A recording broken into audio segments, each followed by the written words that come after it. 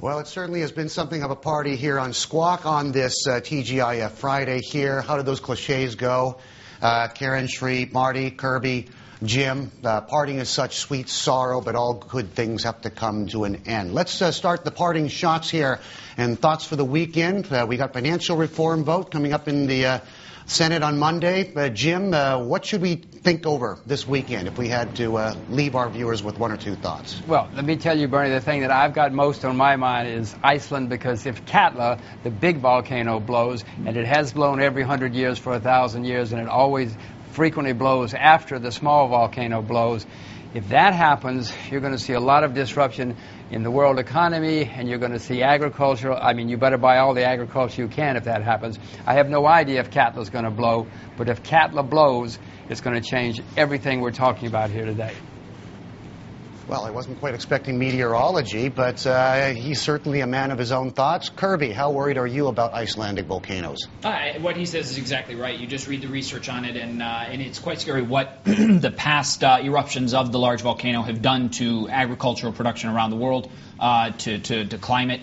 It could be devastating to a very fragile global economy that does not need an external shock like that. Mm-hmm. And that's something even President Obama cannot control. Wow. So you're an agricultural commodity fan. Absolutely. Well, the supply is going to go down. Arable land is going to go down. Jim? I just want to say it's an observation. It's not a prediction on my mind. I am not a meteorologist, Yeah. Whatever you call them, a volcanist. But as Kirby said, you do the research and you'll see it's happened this way very often, and it will have huge effects. Jim is Jim Rogers, but he's not Nostradamus, one would hope, right, Kirby? He's as close as I've met. Okay. What about what other thoughts? We've got the vote on Monday. Is that going to figure big, or do you think that's a fait accompli? Well, it looks at this point like it is. I don't think it's not going to affect the markets until we see what's really in it. I mean, at this point, we believe it's coming. I think it's factored into the market, so we need to see what's in it once it's passed. I think the people who pass it need to see what's in it once it's passed. That's the scary thing. All right, Jim, we've talked about this before many times. Farmland, you like it? Any new spots, new places? Well, it depends on what I'd rather do is buy the agricultural products themselves rather than the farmland, because if you buy farmland, you've got to buy the right farmland. You've got to make sure it rains on your farmland. You've got to make sure the sun comes out. So I'd rather buy the products themselves, because if it doesn't rain on your farm, that's good for me, because I own the product. So that's my way to play. All right, so among the softs, what do you like? I like them all. I like all agriculture, especially if we start seeing Katla blow. I'm going to buy a lot more of agricultural products. Let's switch gears, Jim, and talk about precious metals, because one of the trends I noticed in the first quarter is that the PGMs outperformed gold.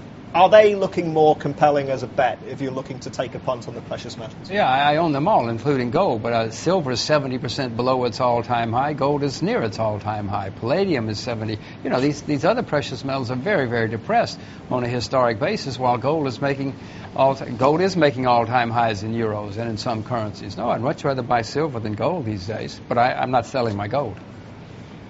Let's get some about Kirby strategies in here. You say the US markets are overvalued by 30 to 40%, but you're not recommending shorting. What's your approach then when it comes to US stocks? Well, look, this is nothing new, and I've been wrong. I've been saying that since last summer. If you've been following, look, the markets have been overvalued based on what we have coming on the underlying economic fundamentals and the ability for this to become a self-sustaining recovery, in my view. We have a number of roadblocks to overcome on the consumption side that I don't believe we can overcome. And with the overhang of the sovereign debt issue coming, and it is coming, look at it spreading, as Rob was saying, contagion already to Portugal. It's not going to go away. This is going to be a drag on growth for years to come. So when to sell?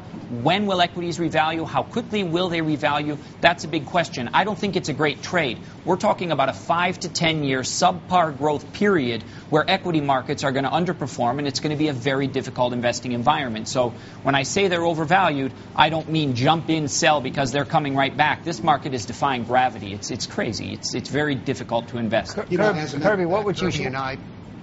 Kirby, what would you short? I'm looking for shorts. I don't see any great excesses in the financial markets, except maybe the financials again. Where are the excesses?